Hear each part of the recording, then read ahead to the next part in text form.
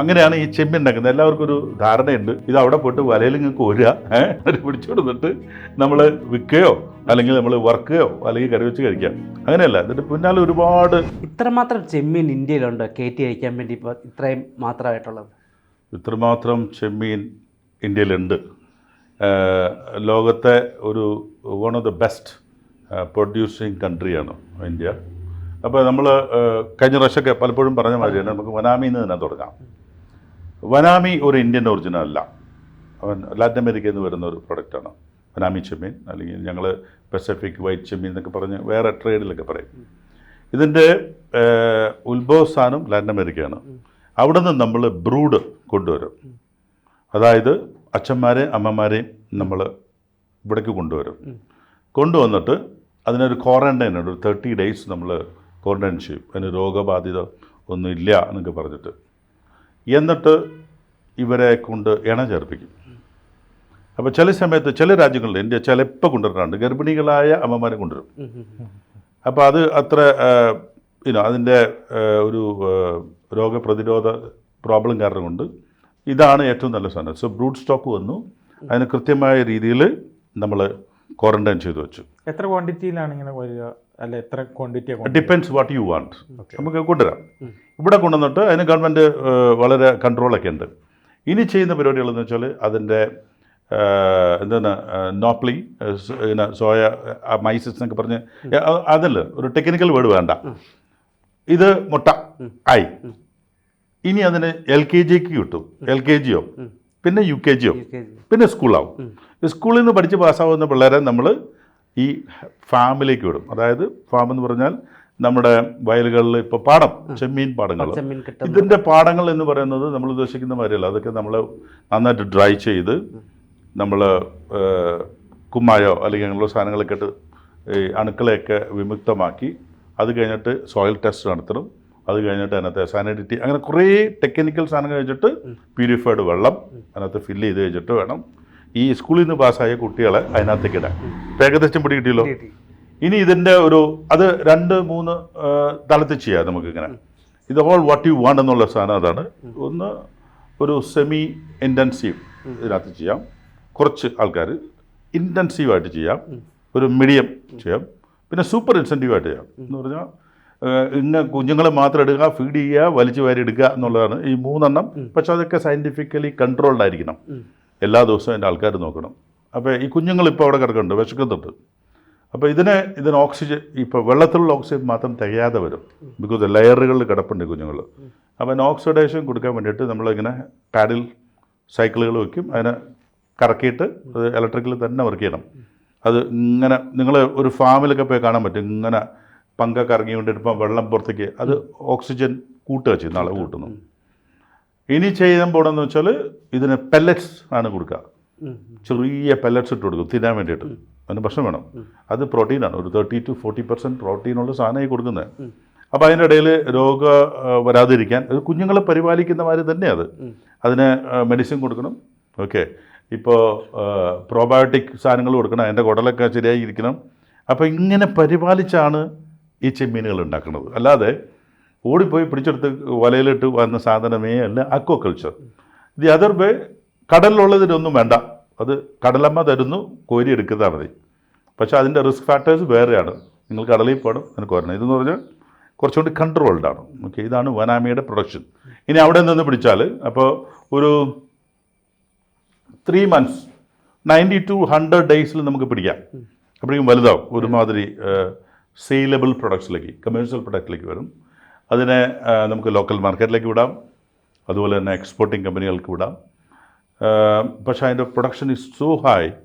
ഈ local market അത്ര കണ്ട് വികസിക്കാത്തതിൻ്റെ കാരണം കൊണ്ട് അത് എക്സ്പോർട്ട് മാർക്കറ്റ് തന്നെ പോകുന്നു. അപ്പോൾ ഇന്ത്യയുടെ ഇപ്പോൾ ടോട്ടൽ ചെമ്മീൻ അല്ലെങ്കിൽ സീ ഫുഡിൻ്റെയൊക്കെ ചെമ്മീൻ എക്സ്പോർട്സിൻ്റെ ഏകദേശം 65% വനാമി മാത്രമേ ഉള്ളൂ. അതാണ് അതിൻ്റെ ഹ്യൂജ് ക്വാണ്ടിറ്റി വരുന്നത്. ഈ പറഞ്ഞ പോലെ ഈ ലാറ്റിൻ അമേരിക്കൻ ചെമ്മീൻ എന്ന് പറയുമ്പോൾ അവർക്ക് അവിടെ ആവശ്യമുള്ള സാധനം മറ്റൊരു രാജ്യത്ത് കൊടുത്ത് ഉൽപ്പാദിപ്പിക്കുകയാണോ അവരുടെ ഐഡിയ? അല്ല. ഇപ്പോൾ നമ്മൾ കോഴികളെടുത്ത് നോക്കും. ഇപ്പോൾ വെങ്കീസ് ഹാച്ചറീസ് അങ്ങനെ വലിയ കമ്പനികളുണ്ട്, റൈറ്റ്? അവർ മുട്ട അല്ലെങ്കിൽ കുഞ്ഞുങ്ങളെ കൊടുക്കും, കൊടുത്തിട്ട് വളർത്തി അവർ തിരിച്ചു വാങ്ങിക്കാം. പിന്നെ അവിടെ ഉണ്ടാക്കുന്ന സാധനം ഒരു വിൽപ്പനയാണല്ലോ. They're also making money out of it. അവർക്ക് കോപ്പി റൈറ്റ് മാതിരി ഉള്ളതാണത്. And no money can do that. ഇതൊരു 3-4 അറിഞ്ഞോ അറിയാതെയോ ഇതിനകത്ത് അമേരിക്കൻ സ്ഥാപിത ലക്ഷ്യങ്ങളുണ്ട്. അവരാണ് കൺട്രോൾ ചെയ്യുന്നത്. അതെ. അപ്പോൾ ഇപ്പോൾ ഒരു പ്രാവശ്യം 100 ദിവസം കൊണ്ട് പൂർണ്ണ വളർച്ച എത്തിയ ചെമ്മീൻ ഉപയോഗിച്ചുകൊണ്ട് വീണ്ടും നമുക്ക് കൃഷി ഇല്ല. ഈ ബ്രൂഡ് സ്റ്റോക്ക് വേറെ രീതിയിൽ വളർത്തുന്നതാണത്. അത് കുറേ കൂടെ ടെക്നിക്കലാണ്. അതുവേണ്ടി നമുക്ക് വേറെ ദിവസം ഇരിക്കാം.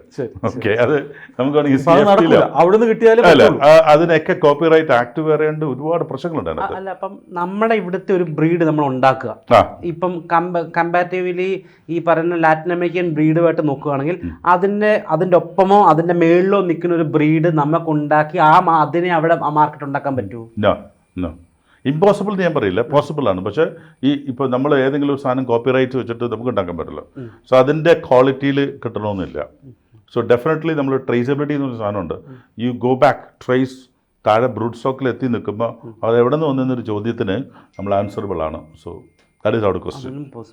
സോ അപ്പോൾ എഗെയിൻ അങ്ങനെയാണ് ഈ ചെമ്മീൻ ഉണ്ടാക്കുന്നത്. എല്ലാവർക്കും ഒരു ധാരണയുണ്ട്, ഇത് അവിടെ പോയിട്ട് വലയിൽ നിങ്ങൾക്ക് ഒരാ അത് പിടിച്ചുകൊടുത്തിട്ട് നമ്മൾ വിൽക്കുകയോ അല്ലെങ്കിൽ നമ്മൾ വറുക്കുകയോ അല്ലെങ്കിൽ കറി വെച്ച് കഴിക്കുക, അങ്ങനെയല്ല. ഇതിൻ്റെ പിന്നാലെ ഒരുപാട് ഇതിന് പണിക്കാരെന്ന് പറഞ്ഞാൽ ഒരു തണലില്ല.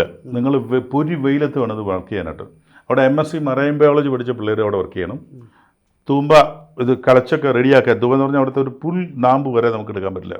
ഇനി ഇതിൻ്റെ റിസ്ക് ഫാക്ടർ എന്ന് പറഞ്ഞാൽ ഈ പാടത്തേക്കൂടെ ഒരു പശു പോയി എന്ന് വിചാരിക്കാം, അത് ചിലപ്പോൾ അഴിച്ചിട്ട് ഓടിപ്പോയി, അതിൻ്റെ ഒരു ചാണകം അവിടെ വീണു, ആ വെള്ളത്തിലോട്ട് പോവാം. അതിൻ്റെ ഈക്വലി അല്ലെങ്കിൽ ഇതാണ് ബാക്ടീരിയോളജിക്കലി ഹാം ചെയ്യുന്ന എന്തെങ്കിലും ഉണ്ടെങ്കിൽ ബാക്ടീരിയ ആണ്, വൈറസാണ്, സ്പ്രെഡ് ചെയ്തോളെ. അപ്പോൾ അതിൻ്റെ റിസ്ക് ഫാക്ടേഴ്സ് അങ്ങനെയുണ്ട്. അപ്പോൾ ഇതൊക്കെ കൺട്രോൾ ചെയ്യണം. അവിടെ ആൾക്കാർ താമസിക്കണം.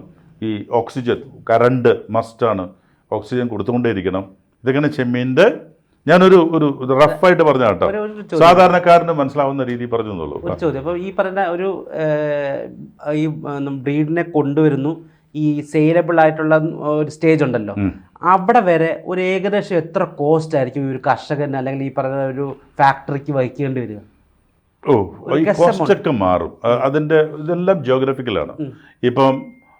ഇപ്പോൾ ഒരു ഹാച്ചറി ഉള്ളത് ഇപ്പോൾ കേരളത്തിലടുത്തെന്ന് പറയുമ്പോൾ നല്ലൊരു ക്വാളിറ്റി ഹാച്ചറി പോണ്ടിച്ചേരിയിലുണ്ട്.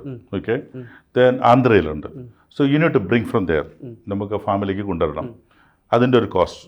നമ്മൾ റോട്ടിൽ നിന്ന് എത്ര ദൂരെയാണ് നമ്മുടെ ഫാം, ഇത് ട്രാൻസ്പോർട്ടിങ് കോസ്റ്റ്, ലോജിസ്റ്റിക്, ഇങ്ങനെ കുറേ കാര്യങ്ങളുണ്ട് അതിനകത്ത്. അപ്പം പിന്നെ ഇതിൻ്റെ വേരിജ്, ഈ കുഞ്ഞുങ്ങളുടെ വില, സപ്ലൈ, ഡിമാൻഡ് ആൻഡ് സപ്ലൈ തന്നെയാണ് അതിനകത്ത്.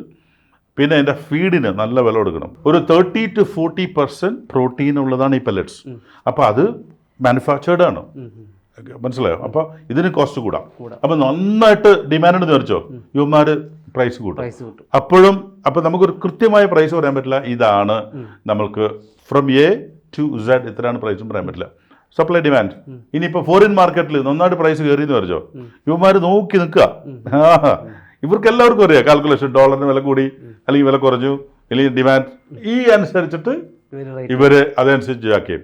ഇപ്പം എല്ലാം ഞങ്ങൾ തളർന്നു, പാഠങ്ങളൊക്കെ പഠിച്ചു, ട്രംപണ്ണൻ പണി തന്നു. ഇത് ശരിക്കും പറഞ്ഞു കഴിഞ്ഞാൽ നമുക്ക് ഈ ഓരോ പ്രദേശത്തെ അനുസരിച്ച് ടേസ്റ്റിന് വ്യത്യാസം വരും. എവ്രിവെയർ സെയിം ആണ്. ഇന്ത്യയിൽ ഓരോ സ്ഥലത്തും വളർത്തുന്ന ഓരോ അച്ഛനും അമ്മയുടെ മക്കളാണെങ്കിലും കഴിക്കുന്ന ടേസ്റ്റിൽ വ്യത്യാസം. യെസ്, ഇത് മണ്ണിലാണല്ലോ, ഇത് ഫാമിലാണ് വളരുന്നത്. ജിയോഗ്രഫിക്കലി ഒരുപാട് വ്യത്യാസമുണ്ട്. സൂര്യപ്രകാശം വളരെ ഇമ്പാക്റ്റാണ്, കാലാവസ്ഥാ വ്യതിയാനങ്ങൾ വളരെ ഇമ്പോർട്ടൻ്റ്. അപ്പോൾ ഇതിനെല്ലാം നമ്മൾ ചോറ് കഴിക്കുന്നുണ്ട്. ഇപ്പോൾ തിരുവനന്തപുരത്ത് കഴിക്കുന്ന ചോറ് സെയിമാണ്, കൊച്ചിയിലാണെങ്കിലും കാലിക്കറ്റായാലും കണ്ണൂരായാലും. പക്ഷേ you see the difference. Same ചോറാണ്, ചെറിയ അരിയാണെങ്കിലും ദ വേ അവിടെ പ്രിസർവ് ചെയ്തതും പാക്ക് ചെയ്തതും കുക്ക് ചെയ്തതുമായിട്ടുള്ള വ്യത്യാസമുണ്ട്. അതേമാതിരി ചെമ്മീനിലും അതിൻ്റേതായ ജനിതമായിട്ടല്ല ഞാൻ പറഞ്ഞു വെച്ചാൽ അതിൻ്റേതായ ഒരു ജിയോഗ്രാഫിക്കൽ ഡിഫറൻസിൽ ടേസ്റ്റിന് വ്യത്യാസം ഉണ്ടാവും. ഡെഫിനറ്റ് ആണത്. അതിനു വേണ്ടി തന്നെ ആയിരിക്കും ഇങ്ങനെ പല പല സ്ഥലത്തേക്കും ഇത് കൃഷിക്ക് വേണ്ടി. അതെ. ഇപ്പം എനിക്ക് പേഴ്സണലായിട്ട് എനിക്ക് ഏറ്റവും ഇഷ്ടം വനാമി ചെമ്മീനാണെങ്കിൽ എനിക്ക് ഗുജറാത്തിലെ ചെമ്മീൻ എനിക്ക് ഭയങ്കര ഇഷ്ടമാണ്, ആ ഏരിയയിൽ. പിന്നെ എനിക്കിഷ്ടം തൂത്തുക്കുടി, അറിയാലോ തൂത്തുക്കുടി എന്ന് പറഞ്ഞാൽ മണ്ഡപം, രാമേശ്വരം, തൂത്തുക്കുടി ഏരിയയിൽ എനിക്കിഷ്ടമാണ്. ഇതിന് കളർ വേരിയേഷൻസ് ഉണ്ട്. അതുകൊണ്ട് വേറൊരു സാധനമുണ്ട്, A1, A2, A3 എന്നൊക്കെ പറയുന്ന മാതിരിയുള്ള കുറച്ച് കളറുണ്ട്. അപ്പോൾ A2 കളർ എന്നൊക്കെ പറഞ്ഞാൽ അത് സംതിങ് ലൈക്ക് റെഡ് റോസ് മാതിരി വരും കുക്ക് ചെയ്യുമ്പോൾ. അതേസമയം A3 അങ്ങനെയുണ്ട്. ഇപ്പം മറ്റേന്ന് പറഞ്ഞാൽ റോസ് കളർ മാത്രമേ ഉള്ളൂ. റെഡ് റോസ് ആണ് ഏറ്റവും കൂടുതൽ ഐ ബൈയിങ് ആണ്. നമ്മൾ കാണുമ്പോൾ വാവ് എന്ന് തോന്നണം. ആ വാവ് ഫെറ്റ് തൂത്തുക്കുടി നല്ലതുണ്ട്, ഗുജറാത്തിലെ സൂറത്ത് ഏരിയയിൽ കിട്ടും. ആ സമയം നമ്മുടെ ഈ ഞാൻ ഇന്നാൾ പറഞ്ഞിട്ടുണ്ടല്ലോ, നമുക്ക് 2 തരം സീകളുണ്ട്, 51 and 57. അപ്പോൾ ഈ കോസ്റ്റിലുള്ളത്, അതായത് കൽക്കട്ട മുതൽ നമുക്ക് ഒരു മദ്രാസ് വരെയുള്ള ആ ഏരിയയിൽ അത്ര കളർ കിട്ടത്തില്ല. അഗെയിൻ ജിയോഗ്രഫിക്കൽ ലിമിറ്റ്, പക്ഷേ സെയിം ആണ്, പ്രൊഡക്ട്സ് ആർ സെയിം. ഈ ഇന്ത്യയിൽ ഉണ്ടാക്കുന്നതിൽ, ഇന്ത്യയിൽ കൾച്ചർ ചെയ്യുന്നതിൽ ഏറ്റവും ബെസ്റ്റ് ചെമ്മീൻ ഏതാണെന്ന് ചോദിച്ചാലും ഒരു per kg എത്ര രൂപ വില വരും? ഡിപ്പെൻസ്. അഗെയിൻ അതിന് വേറെയുണ്ട്. അതെങ്ങനെയെന്ന് വെച്ചാൽ ഇതിന് കൗണ്ടുകളുണ്ട്. അതായത് number of pieces per kilo, അങ്ങനെയാണ് കൗണ്ടുകൾ പറയുക. അപ്പോൾ 20 കൗണ്ട്, 30 കൗണ്ട് ഇങ്ങനെ പ്രൈസുകൾ പോകുന്നതാണ്. 20 കൗണ്ടിന് ഇന്ന് എത്രയെന്ന് വെച്ചാൽ ഒരു 450 രൂപ എന്ന് വരിക. 30 കൗണ്ടിന് 400 ഉള്ളൂ. 40 കൗണ്ട്സിന് 375 ആയി. ആ 50 പേരിന് 350 ആവും. 60 കൗണ്ടിന് അങ്ങനെ ഒരു 25 രൂപ, 15 രൂപ താഴേക്ക് പോയിട്ട് ഒരു 100 കൗണ്ട് വരും. അവർ 150 രൂപ വരും. അതായത് ഞാൻ പറയുന്നത് ഫാം ഗേറ്റ് പ്രൈസ് ആണ് കേട്ടോ. ഈ പ്രൈസും വെച്ചുകൊണ്ട് നിങ്ങൾ മാർക്കറ്റിൽ പോയിട്ട് ജമ്മി ചോദിച്ചിട്ട് എൻ്റെ അടുത്തൊന്നും ചോദിക്കരുത് ഇതെന്താ എത്ര പ്രൈസ് കിട്ടുക, അങ്ങനെയല്ല. ഫാം ഗേറ്റ് പ്രൈസിൽ ഇതാണ്, ഇതിൻ്റെ വ്യതിയാനം വരും. അപ്പോൾ കൗണ്ടാണ് ഇതിന് per kilo, number of pieces of shrimps per kilo, അങ്ങനെയാണ് നിങ്ങൾ പ്രൈസുകൾ ഫിക്സ് ചെയ്യുക.